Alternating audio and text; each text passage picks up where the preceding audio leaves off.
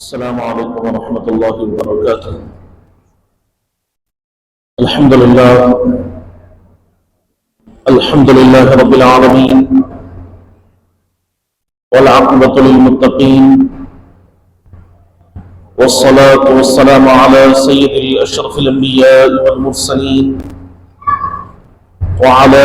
آله الطيبين الطاهرين وأصحابه أكرمين الأكرمين أجمعين. أما بعد، فقد قال الله تبارك وتعالى في القرآن المجيد والفرقان الحميد: أعوذ بالله من الشيطان الرجيم، بسم الله الرحمن الرحيم. شهر رمضان الذي أنزل فيه القرآن هدى للناس وبينات من الهدى والفرقان. صدق الله العظيم. قال الله تبارك وتعالى في شأن حبيبه تعظيما وتكريما: إن الله وملائكته يصلون على النبي يا أيها الذين آمنوا صلوا عليه وسلموا تسليما. اللهم صل على سيدنا محمد وعلى آله وصحبه أفضل صلواتك وعدد معلوماتك وبارك وسلم. تمام حق تعریف اللہ رب العالمین کے لیے ہے، جو ساری کائنات کا خالق و رازق ہے، اور لاکھوں کروڑ درود سلام آخائے دو جہاں تاجدار مدینہ احمد مجتبی محمد مصطفیٰ صلی اللہ علیہ وسلم پر، جن کو اللہ رب العزت نے دونوں جہانوں کے لیے رحمت بنا کر بھیجا۔ حاضرین اکرام، ماہ رمضان المبارک کا برکتوں، رحمتوں اور نعمتوں والا مہینہ ہم پر سایہ فضل ہے، اور یہ یقیناً نیکیوں کا موسم بہار ہے۔ وہ لوگ بڑے خوش نصیب ہیں جو اس ماہ مقدس کے ایک ایک لمحے سے استفادہ حاصل کرنے کی کوشش کرتے رہتے ہیں، ایک ایک لمحے کو عبادت کے ذریعے مزین کرنے کی کوشش کرتے رہتے ہیں، اور ہر لمحے میں اللہ تبارک و تعالیٰ ہی کی یاد میں لگے رہتے ہیں۔ اور اس متبرک مہینے میں کچھ ایسے بدنصیب بھی ہیں جو نہ روزے کا اہتمام کرتے ہیں، نہ نمازوں کا اہتمام کرتے ہیں، نہ تلاوت قرآن کا اہتمام کرتے ہیں، نہ ہی ذکر و اذکار کا اہتمام کرتے ہیں۔ یقین جانے کہ یہ وہ متبرک مہینہ ہے جو انسان کو اللہ تبارک و تعالیٰ کے قریب پہنچا دیتا ہے، اللہ کا قرب عطا کر دیتا ہے۔ اور قرآن مجید بھی ہمیں بار بار یہی حکم دے رہا ہے کہ فَفِرُّوا إِلَى اللَّهِ، اللہ کی بارگاہ کی طرف لوٹاؤ، اللہ کی بارگاہ کی طرف لوٹاؤ۔ تو ماہ رمضان بھی ہمیں اللہ ہی کی بارگاہ سے جڑانے کے لیے آئے ہیں، اللہ تبارک و تعالیٰ ہی کی بارگاہ سے ملانے کے لیے آئے ہیں۔ تو ہمیں بھی چاہیے کہ ہم ماہ رمضان کے ایک ایک لمحے کو صحیح طور پر استعمال کرتے ہوئے عبادتوں کا اہتمام کریں، قرآن کی تلاوت کا اہتمام کریں۔ اور قرآن کی تلاوت ایسی عظمت والی ہے کہ آپ خود اندازہ لگائیں کہ اللہ تبارک و تعالیٰ نے جہاں پر ماہ رمضان کا ذکر قرآن مجید میں فرمایا، وہیں پر ساتھ میں اللہ نے قرآن کے نزول کا بھی ذکر فرما دیا۔ اور قرآن مجید کی آیت مبارکہ سے پتہ چلتا ہے کہ اللہ تعالیٰ فرما رہے ہیں کہ شہر رمضان الذی انزل فیہ القرآن، کہ رمضان کا مہینہ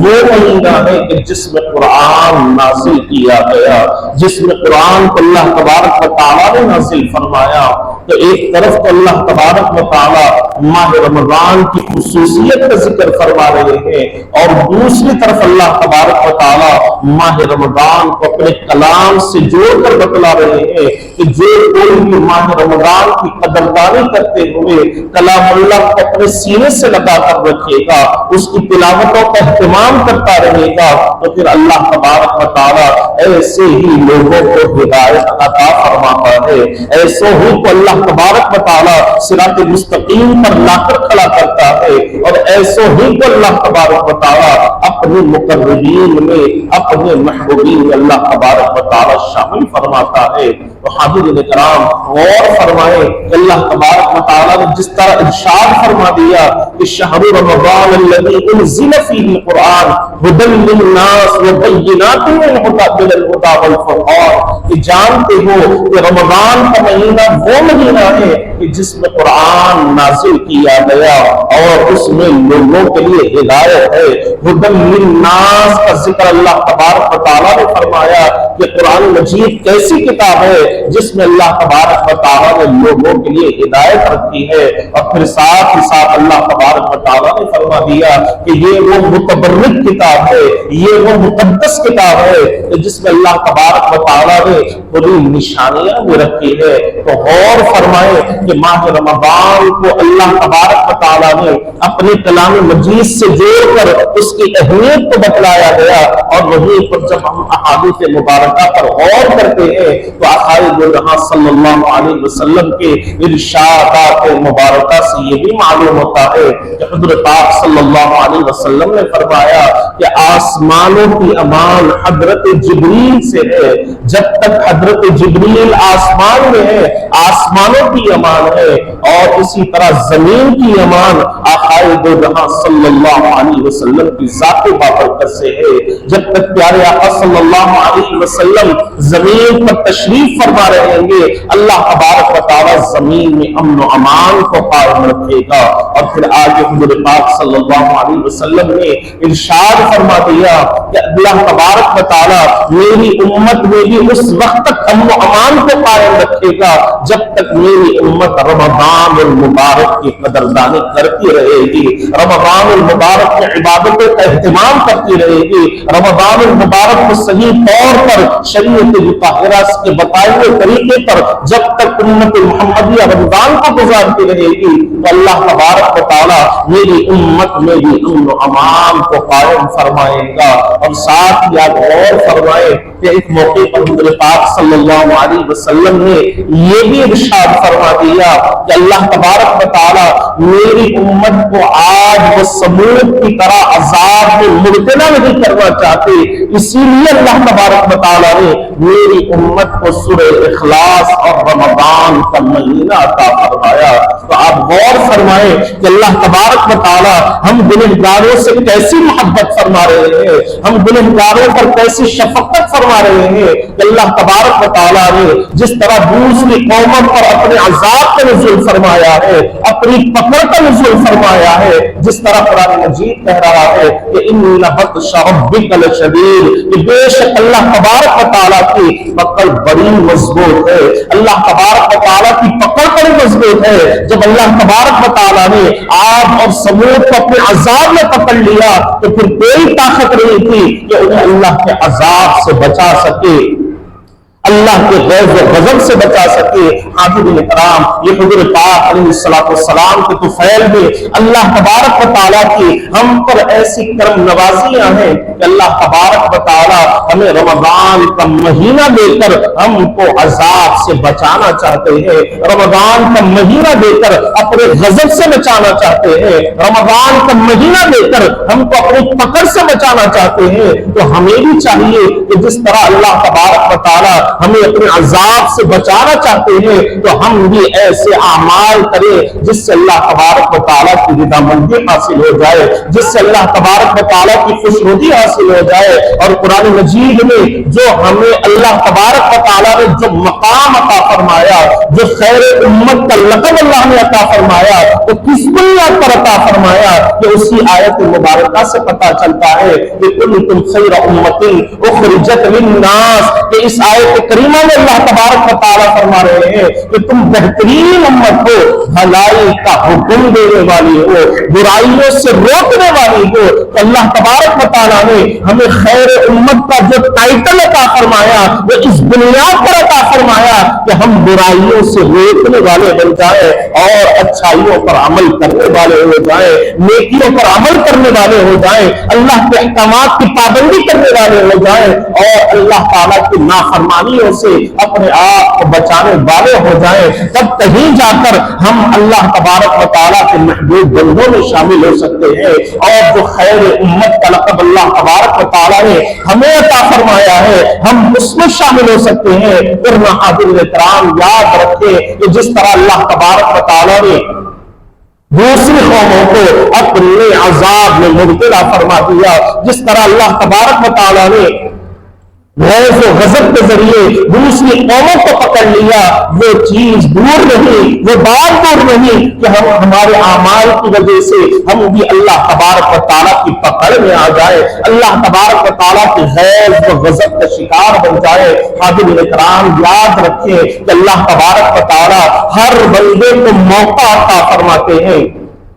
ہر بندے کو اللہ تبارک و تعالیٰ موقع فراہم کرتے ہیں اور اسے یہ بتلاتے ہیں، اس کے سامنے کئی نشانیاں لا کر رکھتے ہیں، اچھی نشانیاں بھی اس کے سامنے آتی ہیں اور برے اعمال سے جو نقصانات ہوتے ہیں اس کی نشانیاں بھی انسان کے سامنے آتی ہیں، اور یہاں پر بتلایا جاتا ہے کہ اگر تو اچھے اعمال کرے گا تو اللہ تبارک و تعالیٰ تجھے اس کا بہترین بدلہ عطا فرمائے گا، اور اگر برے اعمال کرے گا تو پھر اس کا انجام بھی تجھے بھگتنا پڑے گا، اس کے انجام کے لیے تجھے اپنے آپ کو تیار کر کر رکھنا پڑے گا۔ اس لیے حاضرین کرام روایات میں آتا ہے ایک بہت بڑے بزرگ ہے جو حضرت پیران پیر غوث اعظم دستگیر رضی اللہ عنہ کے دیدار کرنے والوں کے مریدین میں شامل ہے، ان کے محبین میں شامل ہے۔ وہ اپنی کتاب میں لکھتے ہیں کہ جب کوئی نوجوان اپنی جوانی کو گناہوں میں گزارتا ہے، اللہ کی نافرمانیوں میں گزارتا ہے،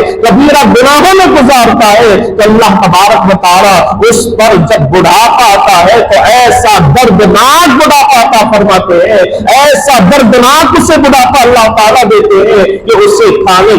کے لیے محتاج کر دیا جاتا ہے، کھانے دانے کے لیے محتاج بنا دیا جاتا ہے، اور اس کی راتوں کی نیندوں کو ختم کر دیا جاتا ہے، اور ساری راتیں وہ بے چینی میں گزارتا ہے، بے اطمینانی میں گزارتا ہے، نہ دل کو سے سکون ملتا ہے اور نہ ہی رات کو اس کو آرام میسر ہوتا ہے۔ یہ اللہ تبارک و تعالیٰ کا عذاب ہے، لیکن ان لوگوں کے لیے خوشخبری بھی ہے جو اپنی جوانیوں کو اللہ تبارک و تعالیٰ کی فرما برداری میں گزارتے ہیں، ان لوگوں کے لیے بشارتیں بھی ہیں جو اللہ تبارک و تعالیٰ کی عبادت میں اپنی جوانیوں کو گزارتے ہیں۔ جب اس شخص پر بڑھاپا آ جاتا ہے، اس نوجوان پر جب بڑھاپا آ جاتا ہے اور بڑھاپے کی وجہ سے، ضعیفی کی وجہ سے وہ سنت و نوافل کا اہتمام نہیں کرتا تھا، جوانی میں تو اس کا عمل یہ تھا کہ فرائض کے ساتھ سنتوں کا بھی اہتمام ہوا کرتا، نوافل کا بھی اہتمام ہوا کرتا، لیکن بڑھاپا آنے کی وجہ سے، ضعیفی آنے کی وجہ سے نہ وہ سنتیں برابر ادا کر سکتا ہے، نہ نوافل کا اہتمام کر سکتا ہے۔ تو اللہ تبارک و تعالیٰ ملائکہ سے فرماتے ہیں کہ اے ملائکہ، اس شخص نے اپنی جوانی میں سنتوں کا بھی اہتمام کیا تھا، اس نے نوافل کا بھی اہتمام کیا تھا، اپنے آپ کو گناہوں سے بچا کر رکھا تھا، میری نافرمانیوں سے بچا کر رکھا تھا، آج اس کے جسم میں کمزوری آ گئی ہے، اس کے جسم میں ضعیفی آ گئی ہے، اس نے جس طرح جوانی میں اچھے اعمال کیے ہیں، آج یہ کمزوری کی وجہ سے نوافل نہیں پڑھ پا رہا ہے یا سنت نہیں پڑھ پا رہا ہے، تو اے ملائکہ تم اس کے اعمال میں سنتوں کا ثواب بھی درج کر دو اور نوافل کا ثواب بھی درج کر دو۔ تو حاضرین کرام یہ خوشخبریاں ہیں ان نوجوانوں کے لیے جو اپنی جوانی کو سلامتی کے ساتھ گزارتے ہیں، گناہوں سے بچاتے ہوئے، اللہ کی نافرمانیوں سے بچاتے ہوئے اپنی جوانیوں کو گزارتے ہیں۔ تو اللہ تبارک و تعالیٰ جب ان پر بڑھاپا آتا ہے تو بڑے رحم کا معاملہ ان کے ساتھ فرماتے ہیں، بڑے کرم کا معاملہ ان کے ساتھ فرماتے ہیں۔ چنانچہ وہ بزرگ اپنی کتاب میں لکھتے ہیں کہ سید الطائفہ حضرت جنید بغدادی رحمۃ اللہ ایک مرتبہ بغداد میں کسی مقام سے گزر رہے تھے، اپنے شاگردوں کے ساتھ، اپنے مریدین کے ساتھ کسی مقام سے گزر رہے تھے تو راستے میں ایک ضعیف شخص بیٹھا ہوا تھا، ایک بوڑھا شخص بیٹھا ہوا تھا، لوگوں سے بھیک مانگ رہا تھا، لیکن کوئی اسے بھیک دینے کے لیے بھی تیار نہیں تھا۔ چنانچہ حضرت جنید بغدادی رحمۃ اللہ علیہ کے پاس آپ ایک مرید تشریف لاتے ہیں اور عرض گزار ہوتے ہیں، کیا حضرت بغداد کے لوگوں کے دل بڑے سخت ہو گئے ہیں کہ ایک ضعیف انسان بھیک مانگ رہا ہے اور وہ اسے بھیک دینے کے لیے بھی تیار نہیں ہے؟ تو حضرت جنید بغدادی رحمۃ اللہ علیہ نے ارشاد فرمایا کہ جاؤ پہلے اس شخص کی زندگی کے بارے میں دریافت کر کر آؤ، اس بوڑھے انسان کی زندگی کے حالات معلوم کر کر آؤ۔ چنانچہ جب آپ مریدین گئے اور اس کی زندگی کے حالات کو معلوم کر کر واپس تشریف لائے اور لا کر آپ کی بارگاہ میں عرض کرنے لگے کہ حضرت اس نے اپنی جوانی خدا کی نافرمانیوں میں گزاری تھی، اللہ کو ناراض کیا تھا، گناہ پر گناہ کیا کرتا تھا، اللہ تبارک و تعالیٰ کو ناراض کرنے والے کام کیا کرتا تھا۔ تو حضرت جنید بغدادی رحمۃ اللہ علیہ نے ارشاد فرمایا کہ اللہ تبارک و تعالیٰ بندے کو اس کے اعمال ہی کے حساب سے، اس کے کردار ہی کے حساب سے اللہ تبارک و تعالیٰ بدلہ عطا فرماتا ہے۔ اس نے اپنی جوانی گناہوں میں گزاری تو اب جب اس پر بڑھاپا آیا تو اللہ تبارک و تعالیٰ نے اس کا ایسا انجام فرما دیا کہ وہ لوگوں کے سامنے بھیک مانگتا ہے، اپنے ہاتھ پھیلاتا ہے تو اللہ تبارک و تعالیٰ لوگوں کے دلوں میں اس کی محبت نہیں ڈالتا، لوگوں کے دلوں میں اس کے لیے رحم کو اللہ تبارک و تعالیٰ پیدا نہیں فرماتا۔ تو حاضرین اکرام، اس واقعے کو بیان کرنے کا مقصد یہ ہے کہ ہم ماہ رمضان کے متبرک لمحات سے گزر رہے ہیں، لیکن افسوس کی بات یہ ہے کہ دیکھنے میں آ رہا ہے کہ ہمارے نوجوان جن کا کام یہ ہونا تھا کہ وہ مسجدوں کو آباد کرتے، ذکر و اذکار کرتے، قرآن کی تلاوتوں کا اہتمام کرتے، افسوس کے ساتھ یہ دیکھا جا رہا ہے کہ آج وہی نوجوان بازاروں کو آباد کرتے ہوئے نظر آ رہے ہیں، روڈوں کو آباد کرتے ہوئے نظر آ رہے ہیں، کھانے پینے کے مقامات کو آباد کرتے ہوئے نظر آ رہے ہیں۔ حاضرین کرام، جب اللہ تبارک و تعالیٰ نے آپ کو سلامتی والی زندگی عطا فرمائی ہے، صحت والی زندگی اللہ نے عطا فرمائی ہے، اور ساتھ ہی ساتھ اللہ تبارک و تعالیٰ نے اپنا محبوب کریم، اپنا پسندیدہ مہینہ رمضان عطا فرمایا ہے، تو ہمیں بھی چاہیے کہ ہم اس کی قدردانی کریں اور اس میں جو عبادتیں کرنے کا پیارے آقا صلی اللہ علیہ وسلم نے ذکر فرمایا ان کا اہتمام کریں گے، ان کی قدردانی کریں گے تو یقیناً اللہ تبارک و تعالیٰ ہمیں رمضان کے مقبولین میں شامل فرمائے گا، رمضان کو اللہ تبارک و تعالیٰ مغفرت پانے والوں میں شامل فرمائے گا۔ ورنہ یاد رکھیں کہ اگر ہم نے ماہ رمضان کو ناقدری کے ساتھ گزار دیا، ماہ رمضان میں عبادتوں کا اہتمام نہیں کیا، تو پھر ہمارا انجام بھی اس بوڑھے شخص ہی کی طرح ہونے والا ہے، اس ضعیف انسان ہی کی طرح ہونے والا ہے کہ جب ہم پر بڑھاپا آئے گا تو اللہ تبارک و تعالیٰ کسی کے دلوں میں ہمارے لیے محبت کو قائم نہیں رکھے گا، کسی کے دل میں اللہ تبارک و تعالیٰ ہمارے لیے رحم کو پیدا نہیں فرمائے گا۔ آج ہمارے پاس وقت ہے، اللہ کی بارگاہ سے اپنے تعلق کو مضبوط کر لو، اللہ کی بارگاہ سے آ کر جڑ جاؤ، اور قرآن یہی کو کہہ رہا ہے کہ فَفِرُّوا إِلَى اللَّهِ، اللہ کی بارگاہ کی طرف لوٹاؤ، اپنے کریم رب کی بارگاہ کی طرف لوٹاؤ، اپنے کرم کرنے والے پروردگار کی بارگاہ میں لوٹاؤ۔ وہ تو ایسا کریم پروردگار ہے جو تمہیں گناہوں پر بھی عطا کر رہا ہے، خطاؤں پر بھی عطا کر رہا ہے، لغزشوں پر بھی عطا کر رہا ہے، غفلتوں پر بھی وہ تمہیں اپنی نعمتوں سے مالا مال کر رہا ہے، تو تم کیا اس کے بندے صحیح طور پر نہیں بن سکتے؟ کیا تم اس کی صحیح طور پر بندگی کا حق ادا نہیں کر سکتے؟ حاضرین اکرام، قرآن مجید میں اللہ تبارک و تعالیٰ نے ہمارے لیے بے شمار نعمتوں کا ذکر فرمایا ہے۔ اگر آپ غور فرمائیں تو یہ ساری کائنات کو جو اللہ تبارک و تعالیٰ نے سجایا ہے، جو زینت عطا فرمائی ہے، اور اس میں جو جو چیزیں ہماری سہولیات کے لیے رکھی ہیں، وہ تمام کی تمام اللہ نے ہمارے لیے پیدا فرمائی ہے،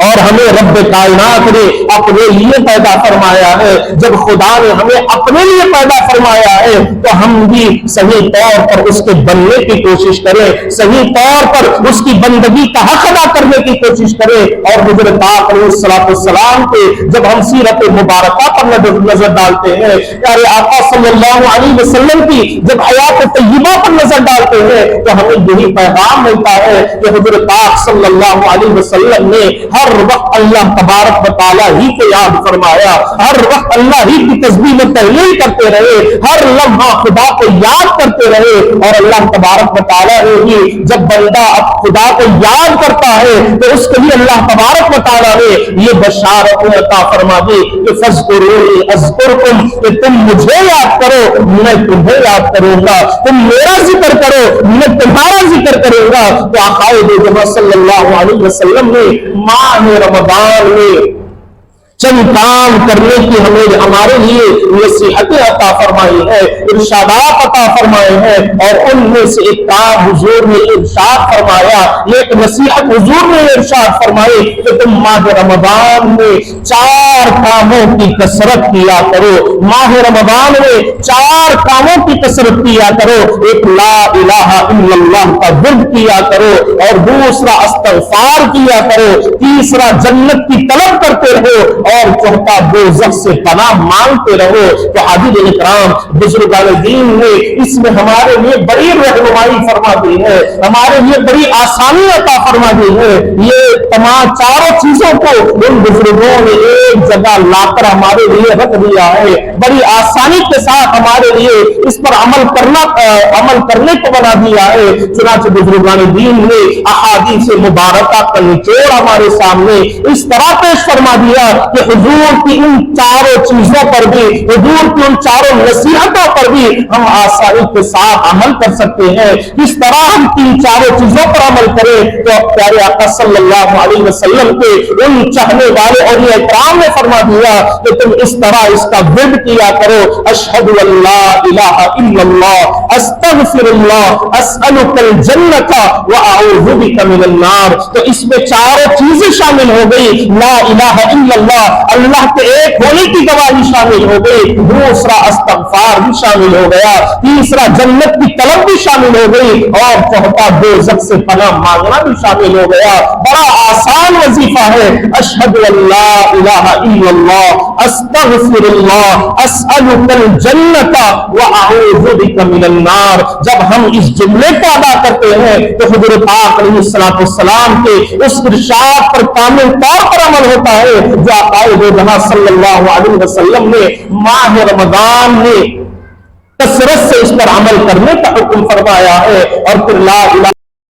کر کے کیا کہنے، اس کی عظمت اور فضیلت کے کیا کہنے۔ ایک مرتبہ حضرت موسیٰ علیہ السلام نے اللہ تبارک و تعالیٰ کی بارگاہ میں عرض کیا کہ مولا کریم آپ مجھے کوئی ایسا ذکر عطا فرما دے جو میرے لیے خاص ہو۔ تو اللہ تبارک و تعالیٰ نے فرمایا اے موسیٰ تم لا الہ الا اللہ کہا کرو۔ تو حضرت موسیٰ علیہ السلام نے اللہ کی بارگاہ میں عرض کیا کہ مولا کریم اس میں میرے لیے خصوصیت کیا ہے؟ یہ تو وہ ذکر ہے جو ہر کوئی کرتا ہے، مولا ہر بندہ آپ کا یہ ذکر کرتا ہے، میرے لیے اس میں خاص کیا ہے؟ تو اللہ تبارک و تعالیٰ نے فرمایا کہ اے موسیٰ یہ ایسا ذکر ہے کہ اگر ترازو کے ایک پلے میں لا الہ الا اللہ کو رکھا جائے اور دوسرے پلے میں کائنات کی ساری چیزوں کو رکھ دیا جائے تو اے موسیٰ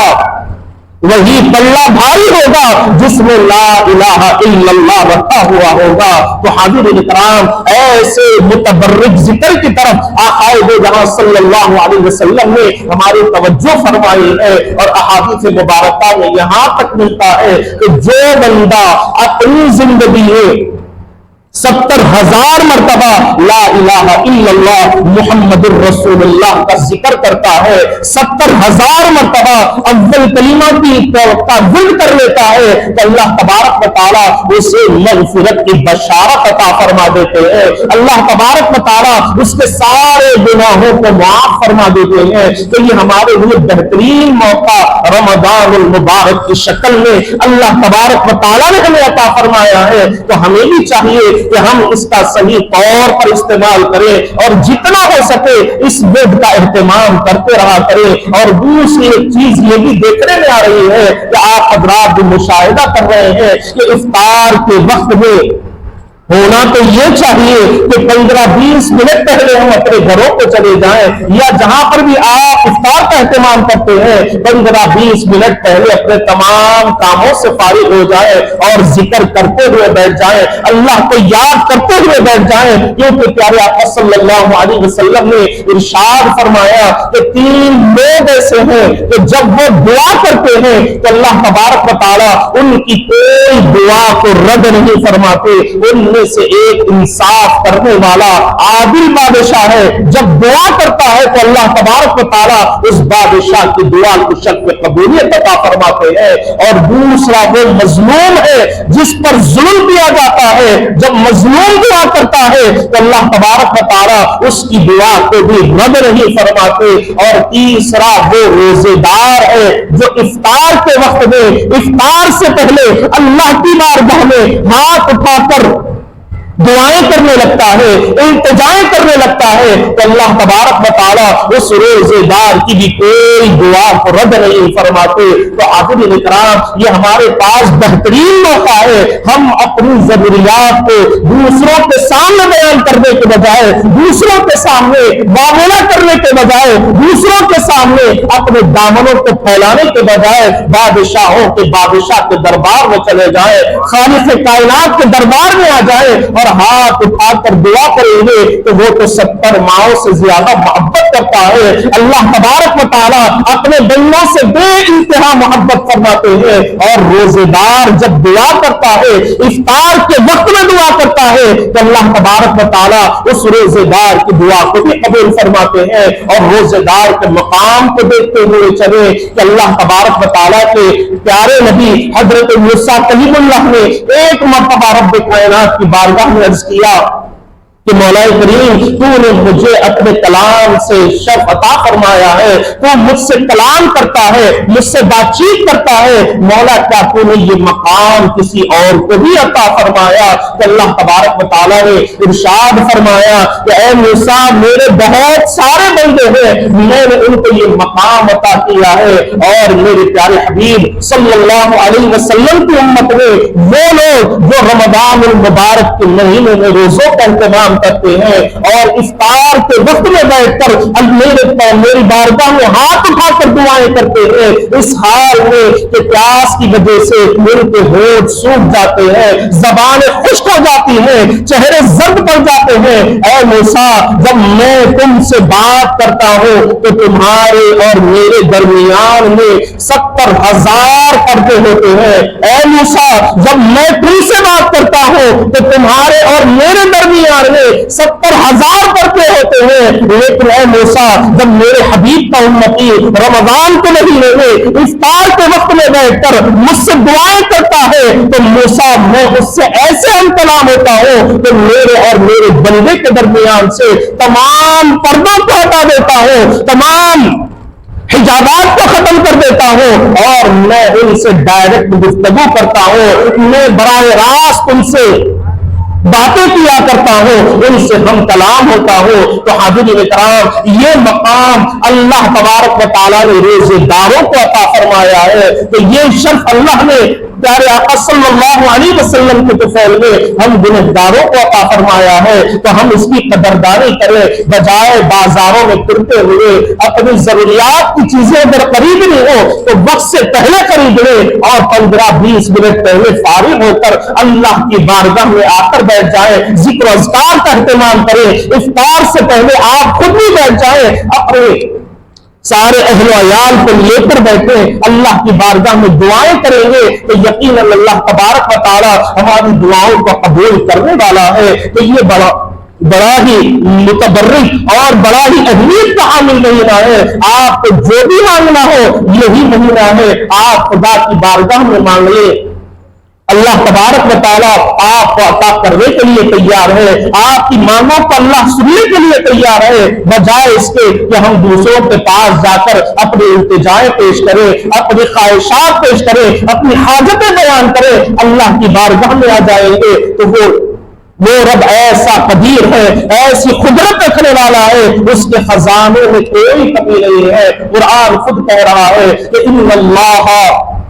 یرزق من یشاء بغیر حساب, کہ بے شک اللہ تبارک و تعالی جسے چاہتے ہیں بے حساب رزق عطا فرماتے ہیں. بے حساب اللہ تبارک و تعالی اپنی نعمتوں سے بندوں کو مالا مال فرماتے ہیں. تو تمام باتوں کا خلاصہ کلام یہی ہے کہ ماہ رمضان جیسا متبرک مہینہ جب اللہ تبارک و تعالی نے ہمیں عطا فرمایا تو اس کی قدردانی کرے, اس میں عبادتوں کا اہتمام کرے, ذکر و اذکار کا اہتمام کرے, اور اپنے ناراض رب کو منانے کی کوشش کرے. اور جو غفلتوں میں ہم نے اپنی زندگیوں کو گزارا ہے, جو لاپرواہیاں کرتے ہوئے, جو لغزشیں کرتے ہوئے ہم نے اپنی زندگیوں کو گزارا ہے, آج ہمارے پاس وقت ہے.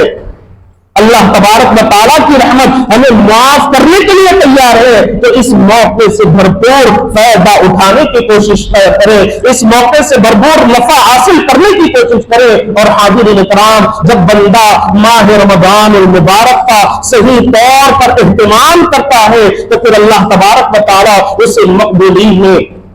شامل فرما لیتے ہیں. اپنے محبوبین میں اللہ تبارک و تعالیٰ اس بندے کو شامل فرما لیتے ہیں. تو یہ ہمارے پاس رمضان المبارک کی شکل میں بہترین موقع ہے. اسے بازاروں میں ضائع کرنے کے بجائے, اسے روڈوں پر پھرتے ہوئے ضائع کرنے کے بجائے اللہ کی بارگاہ سے آ کر اپنے آپ کو جوڑ لیں, اللہ تبارک و تعالیٰ کی بارگاہ سے اپنے تعلق کو مضبوط کر لیں. اور جتنا ہو سکے اس ماہ مقدس میں ذکر و اذکار کا اہتمام کریں, کیونکہ پیارے آقا صلی اللہ علیہ وسلم نے جس طرح بیان فرما دیا کہ اگر کوئی ماہ رمضان میں ایک فرض ادا کرتا ہے تو اللہ تبارک و تعالیٰ اسے 70 فرضوں کے برابر ثواب عطا فرماتے ہیں. ایک نفل ادا کرتا ہے تو اسے ایک فرض کے برابر ثواب دیا جاتا ہے. تو میری تمام حضرات سے ادباً یہی گزارش ہے کہ اللہ تبارک و تعالیٰ نے جب ہمیں بہترین موقع عطا فرمایا تو اس سے بھرپور استفادہ حاصل کرنے کی کوشش کریں, اور اس کے ایک ایک لمحے کو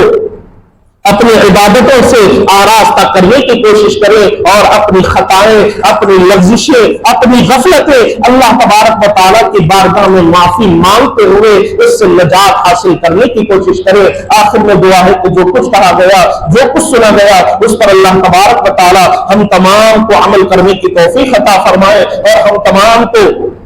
اللہ تبارک و تعالیٰ ماہ رمضان کی رحمتوں سے مالا مال فرمائے, ماہ رمضان کی برکتوں سے مالا مال فرمائے, اور ماہ رمضان کی فیوزات سے, برکات سے اللہ تبارک و تعالیٰ ہم تمام کو سرفراز فرمائے. وآخر دعوانا ان الحمد للہ رب العالمین.